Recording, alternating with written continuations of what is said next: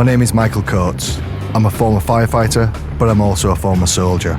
And it's the stories from the individuals within this military community that I'm desperate to document.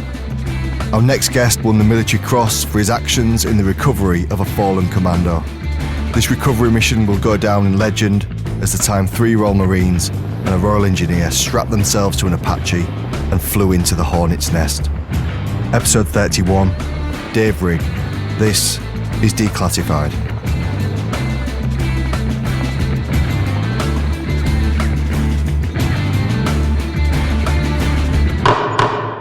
So I joined the army in 2001, went to Sandhurst, after Sandhurst, Troop Commander's course as a Royal Engineer, and then was the plan always then to do the All Arms Commando course? I was actually sponsored through Sandhurst by the Paras, and then kind of halfway through Sandhurst thought, well, actually, Engineers offers me more options.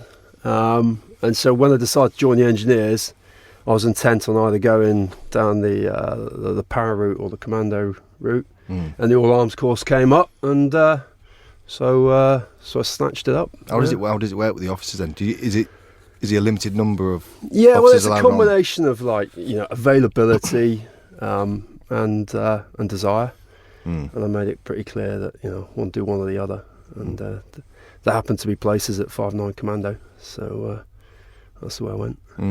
Good course. Great course, yeah. You got to do the beat up first, which I think it's changed a bit now, but 5/9 want to make sure that they're sending down the best blokes, because those guys represent 5/9 Commando and the Royal Engineers, and you're on the course with gunners and loggies and all sorts of other guys, and I think all the corps do the same thing. Everyone puts kind of gives the boys a good thrashing before they send down to the Commander course. So actually you're pretty well prepared by the time you got down to the Commander course. I know on my beat up, 12 started and 2 finished. So I got this awesome course photo of there's about 4 DS and just two students. Was that before the course then started? That was before the end of the beat up. That's before just the the Commander lads. course. Yeah, just two remaining engineer lads. Yeah. And then joining. So then after the All Arms course, you went to 5/9. Yeah. What's that? The 2002, 2003 that was. So Telek 1 had kicked off, and I was sent straight into theatre to catch the tail end of Telek 1. And I think that's all. I mean, I didn't really see much action other than a lot of naked Marines running around playing volleyball. So, but I got a medal for it, which was a bit of a disgrace. Yeah, modern day war fighting, naked Marines and a lot of volleyball. Yeah, well, they're good looking lads, These are time good then. So you did 3 years. Oh, it was brilliant. I loved it.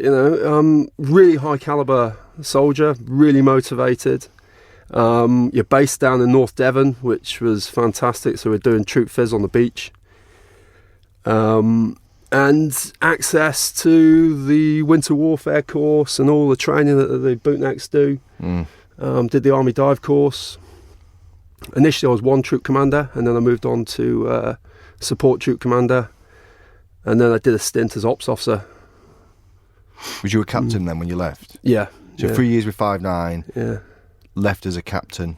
And why do you have to leave after 3 years? Or do you have to leave? Yeah, they just move you around, don't they? It's the way the Royal Engineers work. They've got to, I guess, for your career to progress, you've got to move on to other more senior positions. You can't. We were just a squadron, so those positions weren't available. So I went to 2 Engineer Regiment in Hamel. And different. What was the difference? Yeah. Cultural. Oil and water, but good. Great. I had a fantastic time in Germany. The soldiers were slightly less physical, but very professional, motivated, and probably slightly more disgusting in some ways. But that I think that comes with sticking a load of blokes out in a camp miles away from home, and they bond in an unusual way. We'll leave that, mate, for another one. I was at 3-5 down the road, and very similar experiences. Went on Herrick 2006, or one of the Herricks in 2006. Yeah, I think it was Herrick 4 thinking about it. It was 2006. Yeah. Go on. Yeah. So The start of that. well, it was shortly after John Reed made that famous announcement that we were going to go into Afghanistan and resolve the problem over there without a shot being fired, and that primarily it was going to be a reconstruction tour. So we're going to go in there, build capacity, rebuild infrastructure, and provide the foundations for good governance. But there were other themes as well. There was counter terrorism. There was counter narcotics, and there was nation building. And so we were trying to tackle those three strands simultaneously, which is very difficult because counter narcotics means going and effectively on the ground you're burning poppy fields and taking away the livelihood of the local people. If you take away someone's means of earning a crust, and you're doing it in the name of the government, it's difficult to build, to develop the nation building theme. So it was all a bit confused. And the engineer, cause I'm assuming that's like the battle group's task. What was the engineer task within it? So 2-8 Engineer Regiment are going to do... Yeah, so 2-8 Engineer Regiment were primarily the kind of construction group. There was also, it happened to be a Royal Marine tour, so it was a 3 commando brigade were out there. Well, we picked up the tail end of air assault, 16 air assault. Yeah, so we picked the tail end of that, and then it rolled into 3 commando brigade. And so I had 5-9 back out there with us, and those guys were doing the combat engineer stuff. So working with the infantry in clearing obstacles and providing basic fortifications on the ground in the FOBs and that. And then 2-8 were providing the specific deliberate construction tasks, so building police checkpoints and schools and community centres and stuff like that to help improve the infrastructure and improve people's lives. In what area is this? Like a village, a town, like compact? How is all over Helmand? So is it? We're so the regiment split all over the place. Yeah. The regiment split, and we've got guys. We've got our headquarters. It started in Kandahar and moved to Lashkar, and then Bastion was kind of established later. So all the troops from Bastion, but the headquarters was down in Lashkar because that was where the governor was based, the governor of Helmand. And the engineers were all over Helmand. Sometimes we had jobs up in Sangin, other times it was Goresh. It just depended on. And there was quite a lot going on in Lashkar, which was a permissive area at that time. Lashkar was relatively, they were on side. Taliban weren't operating in Lashkar. And it was a good place to kind of demonstrate progress and build support. Yeah. Are you on the ground at this point? What's your role there? Mostly, no, I wasn't. Probably safe to be on the ground. I was in the headquarters. I was I was the regimental ops officer. So just banging out op orders and planning and analysing all of the mapping and imagery and looking at we got involved in a lot of the psyops and kind of intelligence assessments as well, but mostly doing the prep for the operations. So there's a construction task to be done. You're planning that, is that almost like an ops room, like an office? Yeah, with the other brigade staff. Yeah, and then the orders go down to the engineer squadron. Yeah, and they then disseminate or detail their bit and disseminate instructions down to the troops.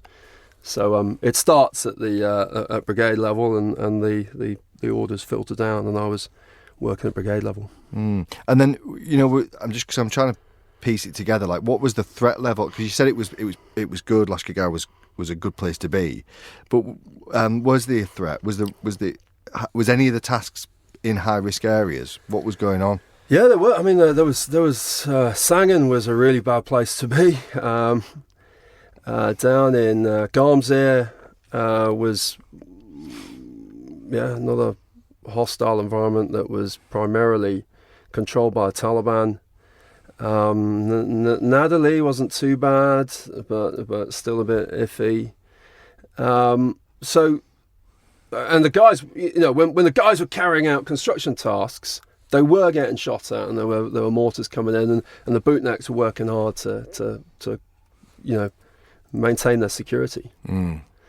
Because as soon as you put a load of troops on the ground, they just became a target, a magnet for the bad guys to come in and whack you. But we were pretty well prepared. They were good, well planned, deliberate ops.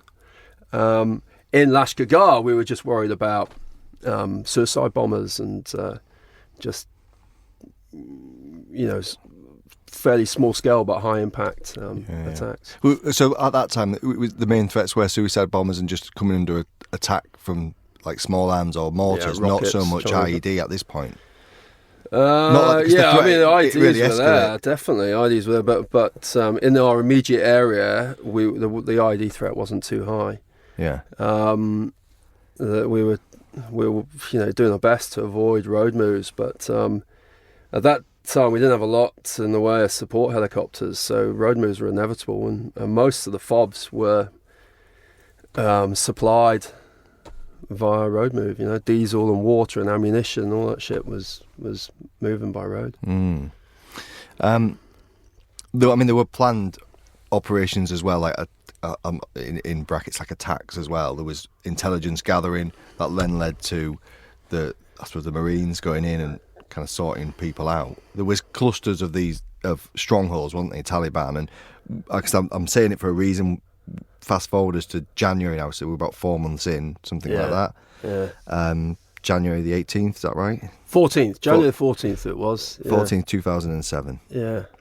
And could you take us, I suppose, from early morning and just start the...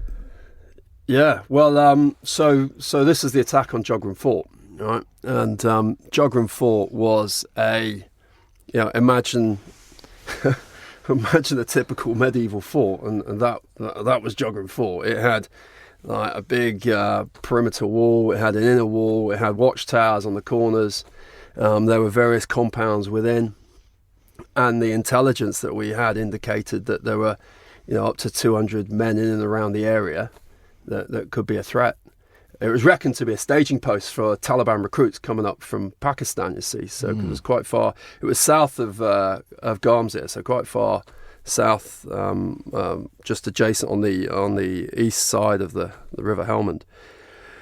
And we reckoned it was we'd been looking at it for a long time, and it was definitely strategically important to neutralise them, because they were, that's where all the recruits were coming in and then going up, trained and armed, into the rest of Helmand, causing chaos. So we decided that we had to do something about it. But there were too many. It was too well fortified, and there were too many blokes there for us to directly attack it. So we developed a plan and at this stage, so I'd been seconded now to the battle group that were working in Helmand province, which is a battle group that was created for that tour, called the IX battle group.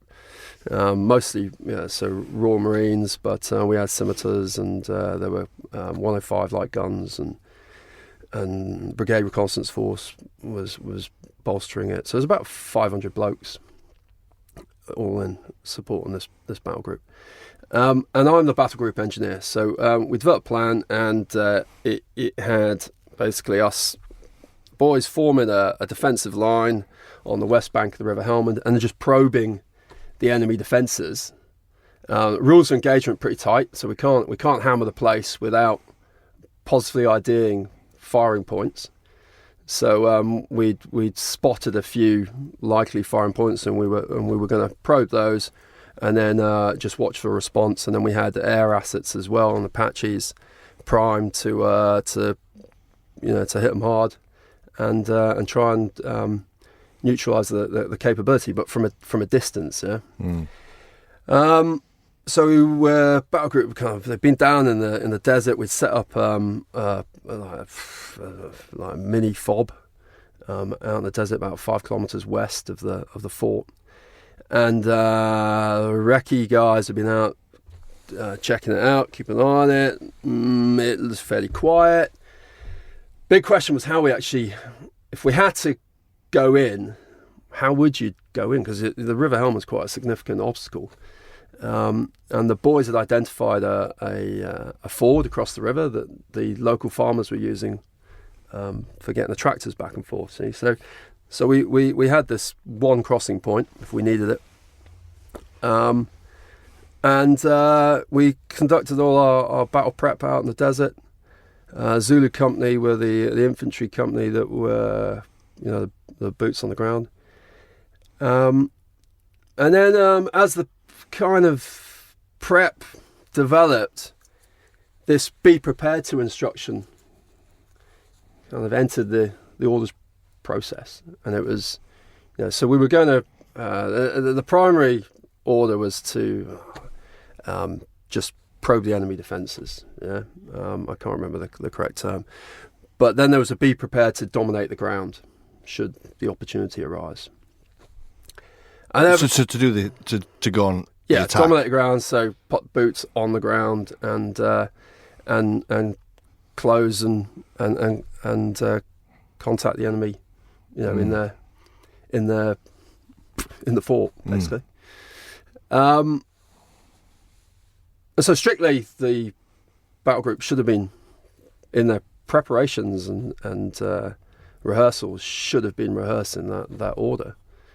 And I'm not sure that it was ever fully rehearsed, really taken that seriously. Simply because the intelligence was pretty clear that it was well fortified and they had too many blokes. There's no way we had the 3-to-1 ratio that you would need for attacking a position like that. So on the night of the 13th, the boys all moved into positions, and HR was, I don't know, about 1 o'clock in the morning or something. And we just started firing into those known, positions where we'd seen sentries with weapons, so all predefined firing points, and started probing those.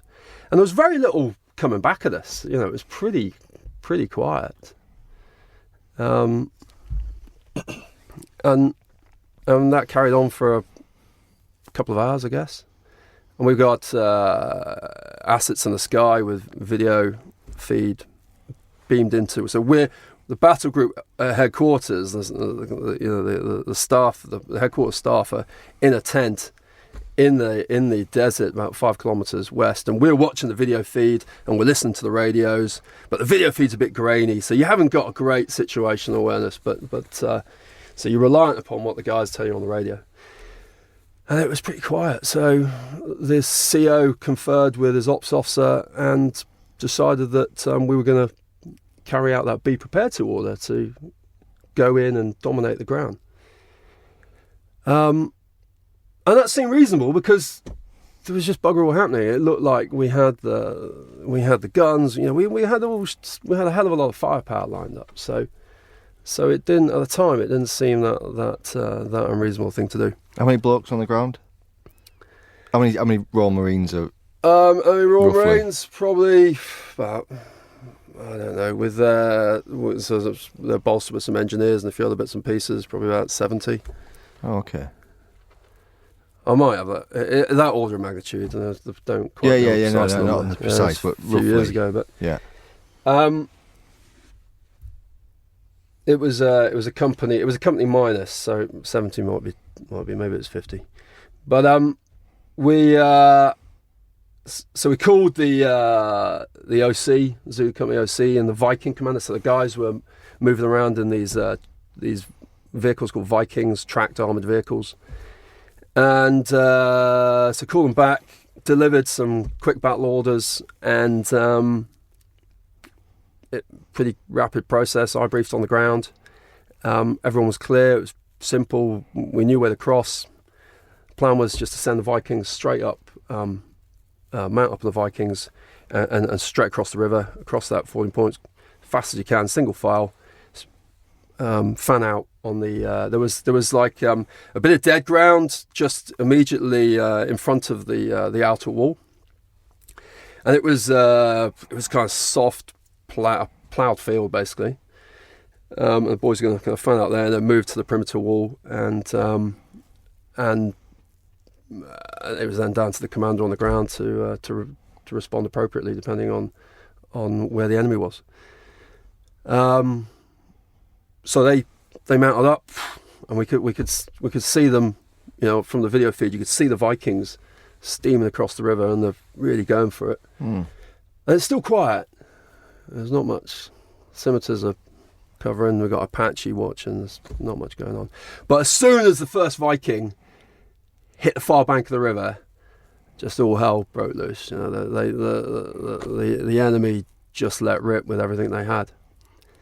And clever, they've been waiting until the Marines were within the effective range of their weapon systems. And once they were, so pretty disciplined, they drew them in, and then knowing that if they were going to attack, they knew where they were going to come from, and just focused all their firepower upon them. So the Viking top gunners have got Jimpies, and they're blatting away. Now that we can see the firing points, you can see on the video feed, the place just comes alive with because we've got these infrared cameras. You can just see all the firing points. You're a few miles back. Yeah, we're in the ops. Yeah, about 5k back. But you can see on the video feed that it's all of a sudden these dark pictures just livened up with bits of light everywhere, which is where all the firing points were. And then you start getting all the contact reports through on the radio. So but there's bugger all we can do in the we're just watching, and it's down to the commanders on the ground now to respond appropriately. Obviously the guys controlling the air and the guns are providing orders for their guys so that the covering fire's going in. And then the first Marines to debus got hit. So there's 3 guys with gunshot wounds, pretty much like that. And every guy takes 2 blokes to sort out. So that first section's just rendered totally useless. And then we've lost the momentum, and it then starts to go tits up pretty quick. Because even those that weren't hit were pinned down, and there was a lot of incoming. It was just open ground. I mean, when I say dead ground, there was a slight kind of reverse slope on the ground leading into the river. So on one side you got the river, and the other side you got a load of bad guys heavily tooled up, and with one entry and exit point as well. Yeah. So, but the Vikings keep coming. So the boys are just piling up on the ground east of the river in front of the fort, and they're just getting on the belt buckle and trying to. Is all the firepower from the lads, or is there anything else coming in? Is there anything coming in from the air? So the Apaches are now putting in supporting fire, and we're dropping ordnance, 500 pounders on identified. So it's really hot now. But they're well dug in, and they're concealed. So it was really hard to pinpoint them. And the other problem is, there's loads of cultivated ploughed fields around, so it's clear that the area is populated with civilians, and so you're worried about collateral. So there's only so much, and that when we're so close to the enemy, and you got all those kind of collateral issues, it's very difficult for the air power to actually have a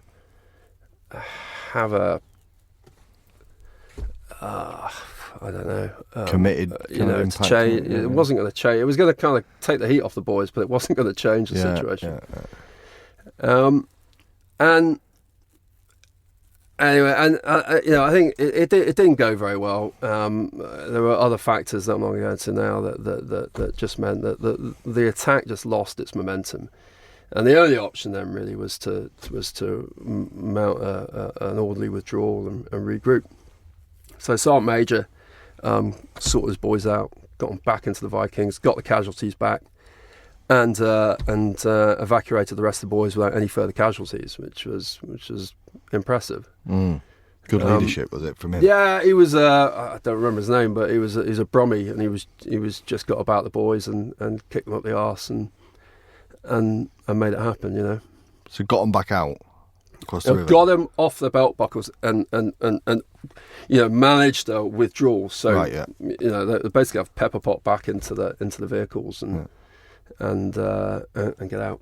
Yeah. Are you hearing? Sorry to interrupt you there. Are you hearing all this on it back in the ops room? Yeah, you hear some of it. Not so they've got their own net. So the company are on their own net, so you don't hear all of it, but you hear most of it. Yeah, you hear the high level stuff. Yeah.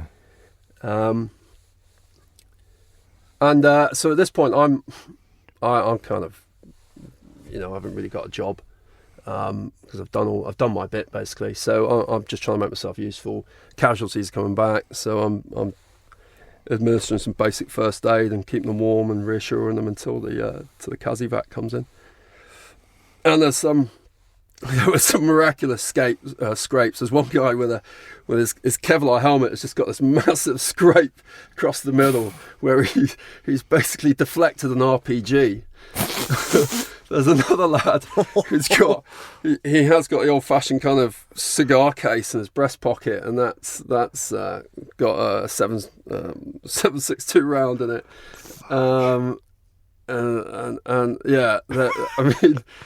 Most of them only had one gunshot wound, but they had a whole load of other. Jeez. The evidence was there that there was a lot more going on. And, they were lucky to get away with it. Anyway, so we're kind of trying to sort this out, and zoo company doing their reorg, and then rumours start to go round that there's a bloke missing. And you just get this. Well, initially I thought, bollocks! It's just chaotic. Yeah, you'll be right. And then it became clear that Corporal Ford had been left on the objective. And then it's just the horrible, sickening feeling that you experience at that point when you realise that one of the boys has been left in enemy territory. And you can see now, because we've still got the video feed, there's a hornet's nest. It's just there's bodies coming out of everywhere. And they're running around. It's lively, and they're pumped up because they've just effectively won a battle against the best that the British Army has to throw against them. So they're pumped up, and they got one of our guys, and yeah, it was an awful feeling. What's the time frame between initially going out, crossing the river, and then now back on the withdrawal, and then back in, and then knowing that this guy's gone missing? A couple of hours, I guess. Oh, really? That long? Maybe yeah. An hour. Is it light now? Between an hour and 2 hours. Yeah, so it's gone light now. Yeah, I remember it being light, but it's it's about 5, 6 in the morning. We realise, but we don't know where he is. We know that, right? So they're now ready, waiting for us. So we know that the initial intelligence was right. That it's absolutely rammed with men of fighting age, and we know that there's only one way in. We got no support helicopters, so we got to get him out. We got to go back in across the river, and we didn't really know where he was. We didn't know if they collected him, and so while you in theory you always go back and you never leave a bloke behind, but at this stage we're like, well, is that a sensible thing to do? Is it sensible to risk another dozen lives trying to recover this guy? But you didn't know if he was alive or dead. No one knows what's going on. Don't know where he is. Point. He's not with us. And he's obviously. So we deployed one of these good British Army fashion. We got like these little polystyrene UAVs that look like something you get from Hamleys, but got a really good little camera on them. Deployed one of those up, and the boys that were operating, the gunners operate those things, although we had an RAF image analyst who was studying the footage. And they used that to identify what they thought was a person. He was slumped over, lying down at just on the far side of the perimeter wall. So, he's not gone into the compound. He's on the far side of the perimeter wall. There's no one else around.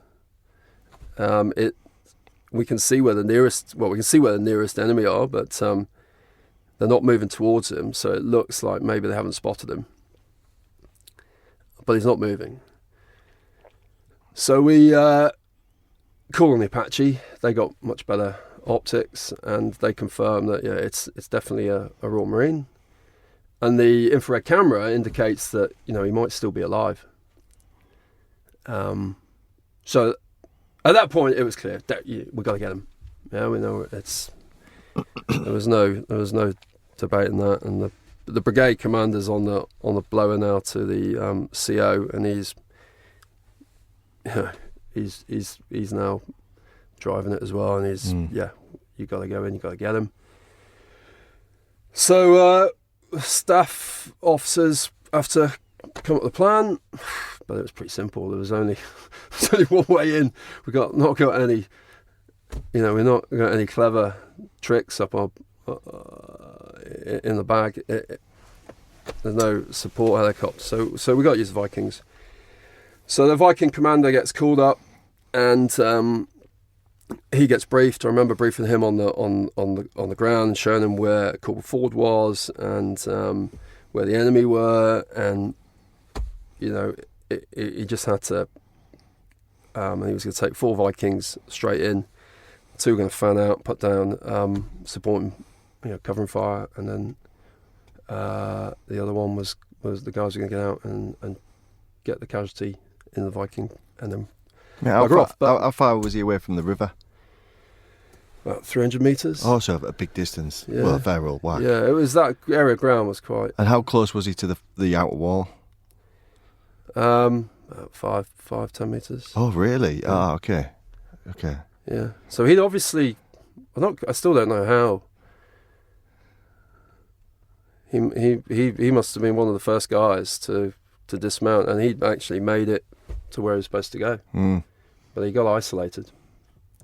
He was the radio operator, so he had all the kit as well. So yeah, it's pretty. But now we know, we can. The rules of engagement are less of a problem because we've identified all the firing points and we know they're bad guys. So the guns and the in fact the A-10 Thunderbolts coming in, and they were thumping them as well. And we got Apache, so we got loads of support and fire now. So it's not all bad, but it's still a pretty scary prospect. And I remember feeling distinctly relieved that I wasn't the Viking commander. But just before he sets off to do it, the Apache guys, one of the he calls himself Ed Macy. He wrote a book about it, but that's his. I think that's his ghost name. Anyway, we'll call him Ed. Ed calls up the CO, and obviously starts briefing him on this plan, right? But at this stage, we don't know what's going on, so we're just assuming that there's more intelligence or something. And he briefs on the plan. The CO has a quick chat with the ops officer, and then we're all called into the tent. And the CO says, "Right, Apaches have got an alternative plan. They want to stick guys on the Apaches, 2 guys on each Apache. We're going to put 2, so 4 guys in total, 2 Apaches going in, and we're going to get them that way. I need some volunteers." Initially, when he said that, I thought, "Oh, fucking brilliant! We got some special forces are coming in, and they got some special drill that they carry out. They're going to go and do it." And there was a moment where I was like mega relieved that someone professional was going to come and sort this out. And then he said, "Oh, I need some volunteers," and I was like, "Shit, we've got to do this." so we volunteered. We're partly responsible for the mess, so you felt like obliged to do something about it. So a few of us volunteered, and the CO he scans around the tent. He's like, "No, you need to be controlling the guns. You're doing recce, you're doing air." And then he got to me. He's like, "Yeah, Captain Rigg, you'll go." I was like, no job. Oh fuck. Because I was Bakshi. Anyway, so right, okay, and then moments later, the RSM poked his head in the tent, and he'd been sorting out casualties and doing some of the admin. He poked his head in the tent just to kind of get an update, and the CEO goes, "Yeah, good, RSM, you'll go too." And the RSM's like, yeah, yes, boss." No idea. No idea, not a clue, no. And then the other two guys, there was a Marine Robinson, who was a signaller, and Marine Fraser Perry, I think was another junior signaller. But he's young, isn't he? He'd only like been in the Marines 19 18 or something months. like that. Probably 19 years Yeah. old. He actually knew Corporal Ford quite well.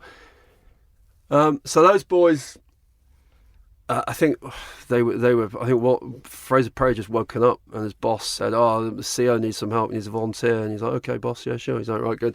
Grab your rifle and your weapon, get over there. Captain Rigg will brief you."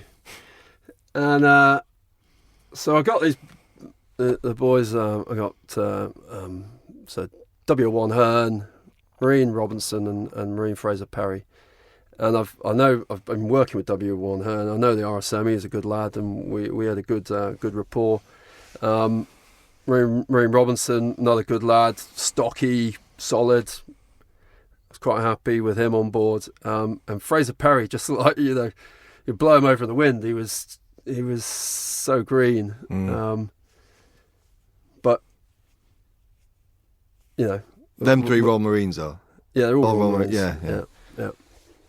Now, because I've been party to the planning, I'm the one that knows the ground and what's going on. So we I said, "Right, boys, we're going to go and get we're going to go get Corporal Ford, and we're going to go in on the Apaches." And the lads just kind of look back at me wide-eyed. They're like, "Okay," but not a question, not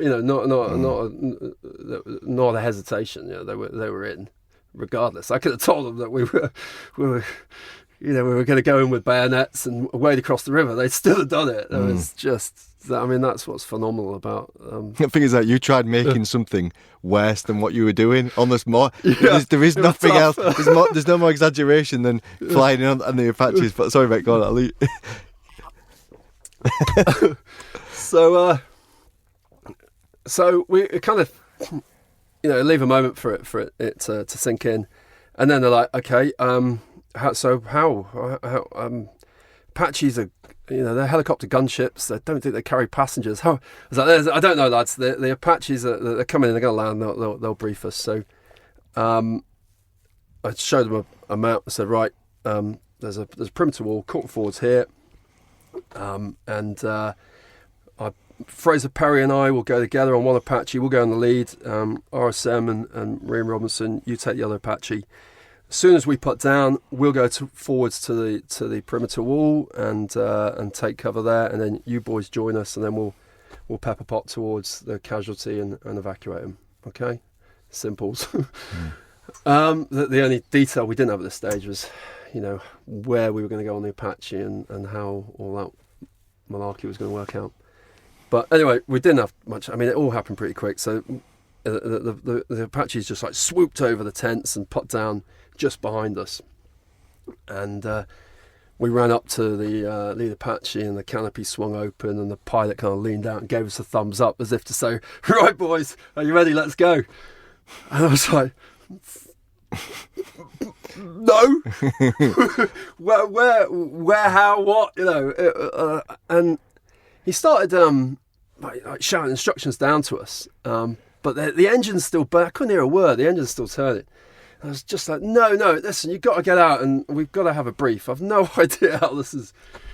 So he kind of reluctantly gets out of his aircraft, and we go down and find just move away from the helicopters and crouch down in the desert, and sketch out a little map in the sand, and right, helicopter's going to go here, and there's a wall, we're going to go there, and then he explains that we're going to sit on the stubby little wings of the Apache.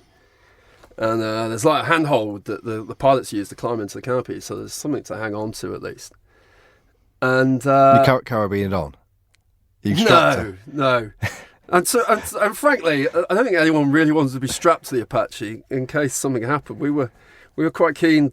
So at the other end, the last thing we wanted to be next to was the Apache, because it's clearly going to be a massive target. Yeah. So as soon as that Apache came anywhere near the ground, we were off and out of there, you know. And on the way in, you're trying to blend into the thing, hoping that the bad guys don't spot the fact that some like lunatic sat on the side of it. So that's all clear, right? Okay, fine, simple. We can sit on the side. Okay, boys, right? You're happy with that? And the RSMs, for a while he thought it was a wind-up, but I think he now realises that this is actually happening. And the young lads, again, no hesitation, straight in, right, off we go. So we just took up our positions on the Apache. And I found that it was actually quite comfy. There was a reasonable like seat-sized spot to sit on. I was holding on my left hand on this handhold and my weapon in my right hand. I was somewhere for my left foot on the fuselage, and then I had my right foot resting on the Hellfire rocket rails. And, standard day out. It's all right. This is the way you travel. Anyway, so without any hesitation, we take off and we swoop over the tents. And I remember looking down, and the rest of the headquarters staff had all come out, and they're all like, some of them were waving, some were taking photos. I'm like, fuck, it's all right for you guys. Yeah. You know, had it been done before? In anger? Not that I know of. I've heard that the Yanks had rehearsed it. It was a drill that they used, but I don't think we'd. Well, I mean, the SF might tell you otherwise, but no, it wasn't standard practice. Definitely not. And in regards to kind of a suicide mission and then a very safe kind of road move, where is this sitting in between everything? Yeah, that's a good question, because I had like this moment, but just between briefing the guys and getting on the Apaches, I had this moment of like mild panic. I was like, wow, this place, we're going back into the enemy objective. It's been really stoked up now. There's bodies everywhere. It's full of bad guys. There's a lot of firepower. It's got to be 50-50 as to whether we pull this off. Mm. And then you're back into it, and you've got blokes to organise, and it's down to me to kind of lead. Was it all very quick turnaround? Yeah, it was. Yeah. So we didn't have time to dwell on it, and you just focus on what you got to do, and then I just kind of felt pretty calm about it. Really, it was kind of accepting that there was no question about it. We had to do this, and actually. Yeah, what was going to happen was going to happen. So we were going to give it our best shot. Pictures have been taken, waves are people are waving at you. You then go off. What's that ride like then? What's that initial? Yeah, pretty smooth. Well, so I've got right behind my head. I've got the engine air intake. So as the engine spools up, you can feel like your helmet being sucked off your head. Yeah. So I realised that I had to like kind of stoop forwards to avoid blocking the engine and causing God knows what.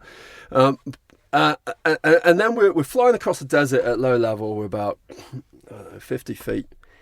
And it's a beautiful day. It's about 15 degrees. Sun's up. No clouds. Shepherds and the camels and the goats are all going about their business, oblivious to all the drama that we're now involved in. But then on the horizon, you look across to where the river is, and it's just a complete contrast. There's smoke and dust and fire and the noise of the pre-fires going in. They're getting a good thrashing now. We got 500 pounders and the 105s are going off. We had another 2 Apaches provide. So it's absolute carnage. You know, it's just this shroud of dust and smoke over the objective now. I mentioned the problem with the weapon. So, a couple of problems with the weapon actually, which reluctant to go into, but probably will do.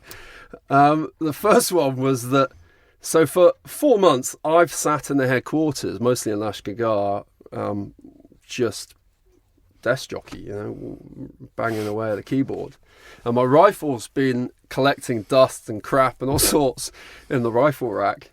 And as a good officer, I've not really paid much attention to it because I haven't really needed it.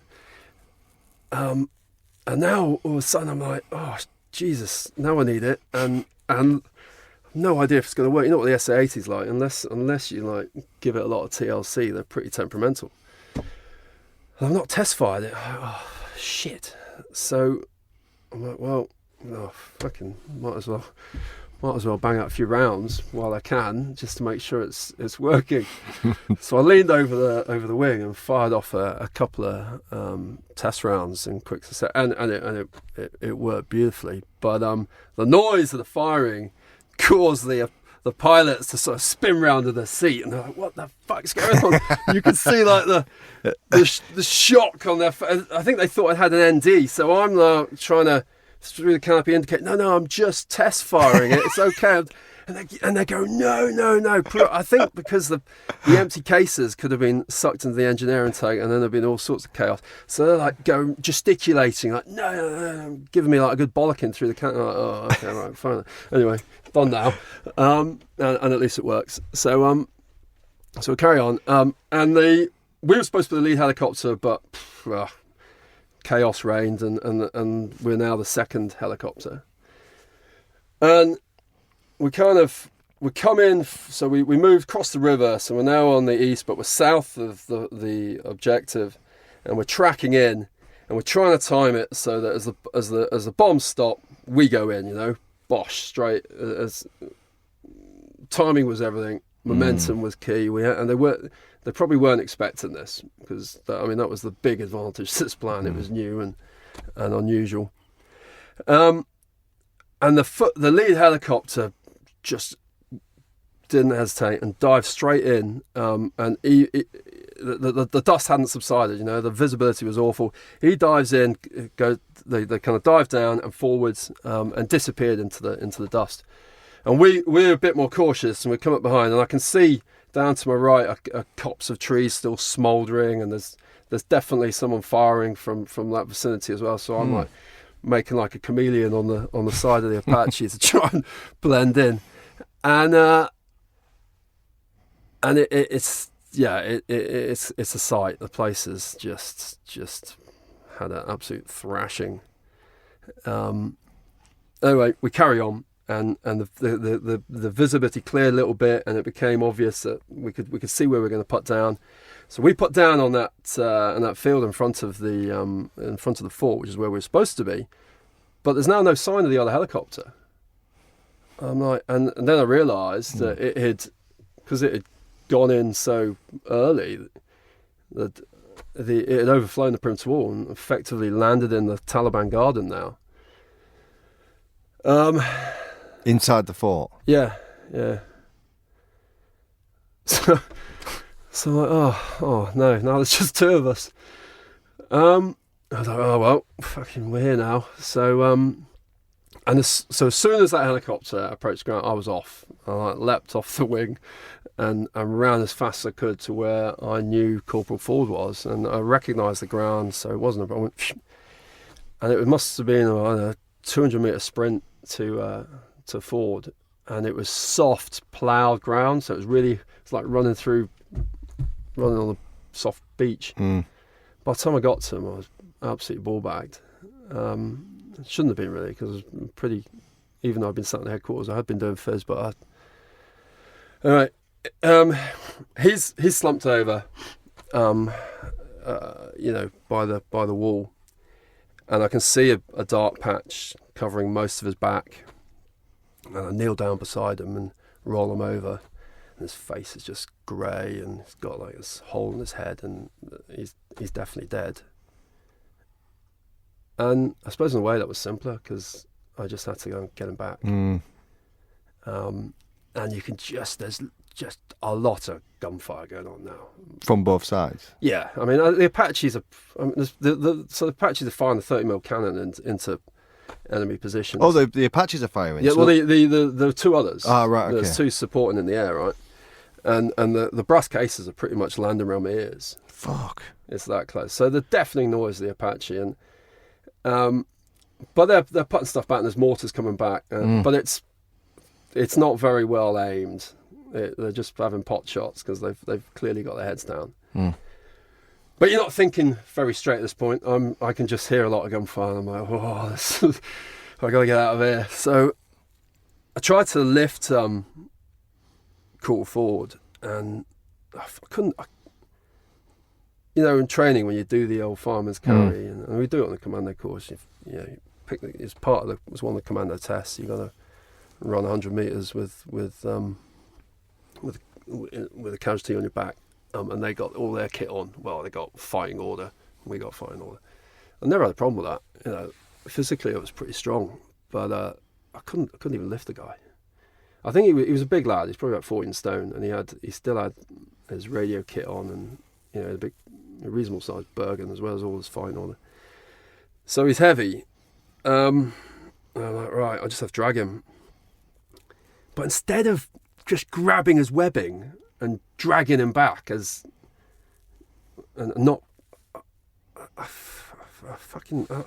put my arms like under his arms, and I was kind of trying to protect his head and get him back, gently.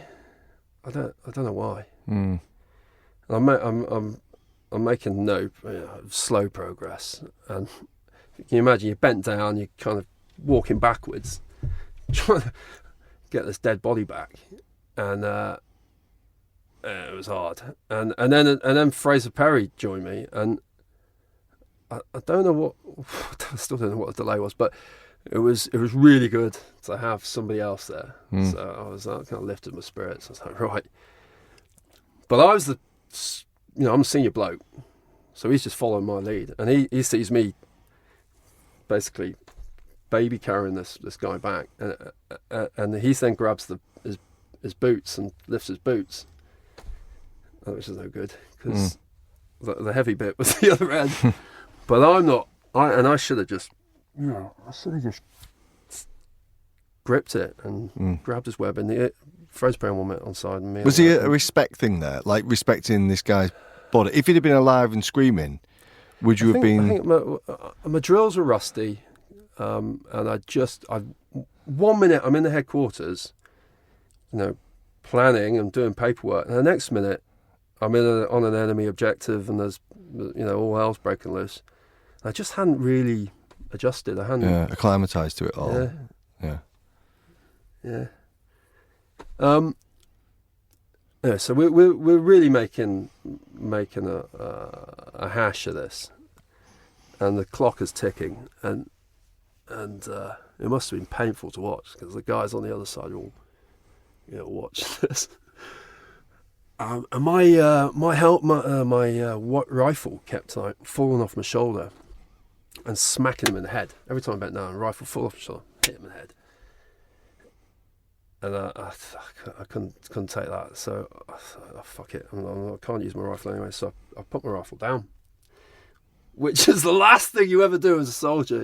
It's just like a cardinal rule. You never put your rifle down.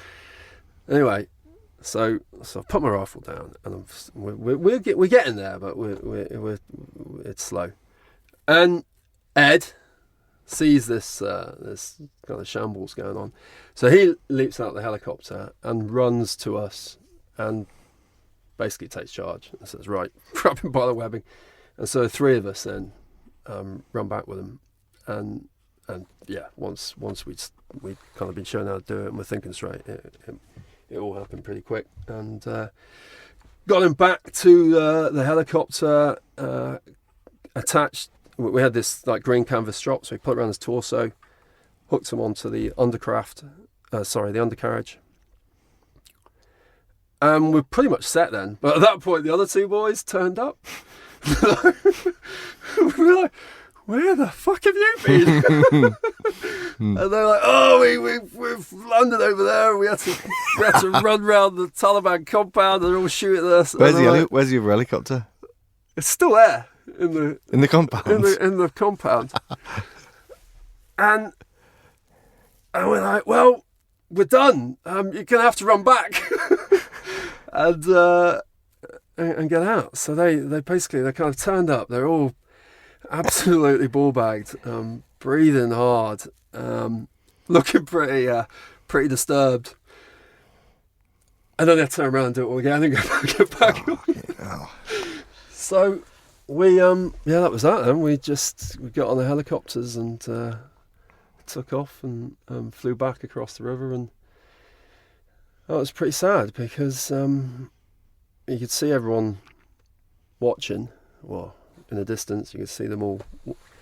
And our helicopters got Corporal Ford hanging limp from beneath him. Mm. And I think at that point, everyone knows he's dead. And flew back, landed. Had to had a cigarette. Who unbuckled him? Who sorted him out when they got there? Yeah, I did, and it was hard because I had to direct the helicopter on the landing to make sure we didn't actually land on him. Yeah. So yeah.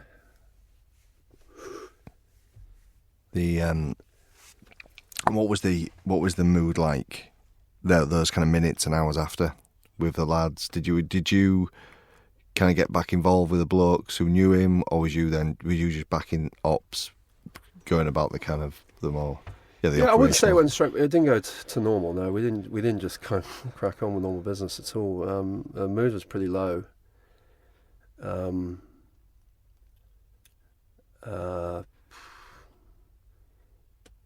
Yeah, and there were lots of, you then start thinking through it and you're like, well, what happened to the intelligence? What happened to the attack? It's just it was it wasn't a good day. Mm. Go on, sorry, mate. Yeah, and then the next morning we had a service in the desert. We had the Padre came down and he said a few words. We fired off one of the light guns into the fort, and just had a moment to reflect, I guess. Mm. I know it was a process and it was a moving machine, what was going on, but were you proud of your actions on the day? Did you do everything you could do? Because it was chaotic. When I reflect on it, there's lots of things I should have done better. But at the end of the day, I volunteered and we got him back, and I guess that's what matters, isn't it? Yeah. Debriefing wise, lessons learnt. Was there any kind of military lessons learnt from this? Was there any personal lessons learnt immediately? Well, I think we stopped calling them lessons learnt, didn't we? Lessons identified. Yeah, lots of lessons identified. I couldn't say that they were learnt. That was 2007. I left beginning of 2009. But hopefully, there was certainly a lot of good material there to reflect on. Everything from the tactics to the leadership to command and control. You won the military cross for the day, or for the actions on the day. March 2008, you received the military cross. That's right. And then I did. Yeah. And then a year later, you left. What was the reasons why you left? Was it anything to do with the military? What was the... No. Listen, I had a brilliant time. I joined the military for the adventure and excitement, and I certainly got that. Not just through that incident, but through all the exercises and courses that I did. And the blokes, working with soldiers is it's a cliche, isn't it? It's a huge privilege, but it is. There's no one more grounded or kind of leveling as a good old fashioned squaddy. They don't. When I moved into Civvy Street, a lot of people said, sometimes at job interviews they say, well, how are you going to manage, because you come from the army, you're used to kind of giving instructions and people just do as they're told. That's bollocks. Soldiers want to know why they're being asked to close and kill the enemy. They need to know what's going on around them, and they need to be motivated, and they need to feel that the organisation supports them. So, and they're tough, they're tough, and they're cheeky, and they're gobby, and you've got to be pretty good to manage that and deliver when you're leading high caliber blokes like that. So all of that was brilliant, and I left primarily because I just kind of came to a natural junction, I guess. It was, go on to staff college and do a staff job, or bang out and start life in Civvy Street. And even if you do a full career in the military, you leave at 55. So everyone has to leave eventually. I just judged that it was better to go. At the point of what we've just discussed, that full conversation, you had no immediate family, so you wasn't married or you had kids. You've got 2 boys now. Are they... Have you ever told this story to them? Oh yeah, loads of times.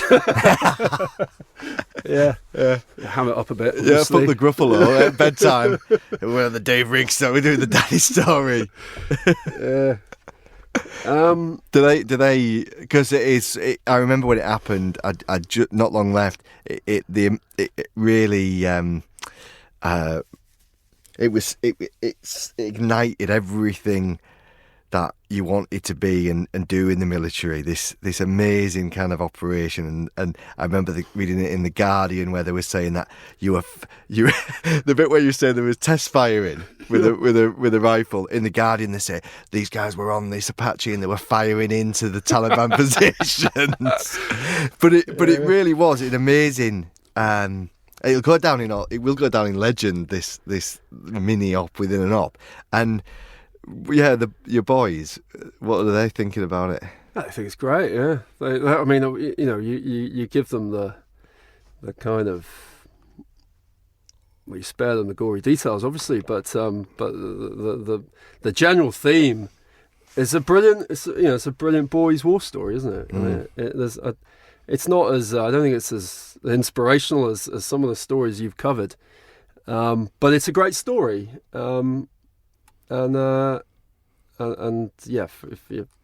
My boys are really, they're just typical lads, and they love a bit of rough and tumble, and the fact that, and I've got this cartoon book that I think Jeremy Clarkson put together, and it was done in partnership with the Sun, and they do a whole cartoon strip of it. Oh, really? And they've actually got us kind of strapped into the Hellfire rocket rails, which.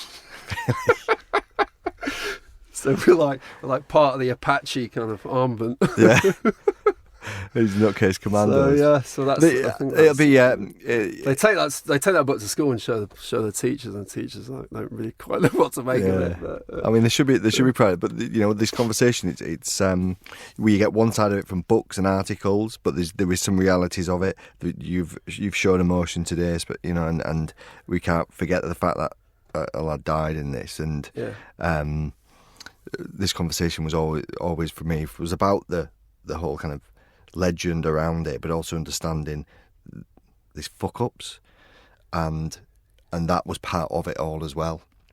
So this overall Apache mission was also, there was you said less, you didn't say lesson learned there, but there's a lot to be taken from it.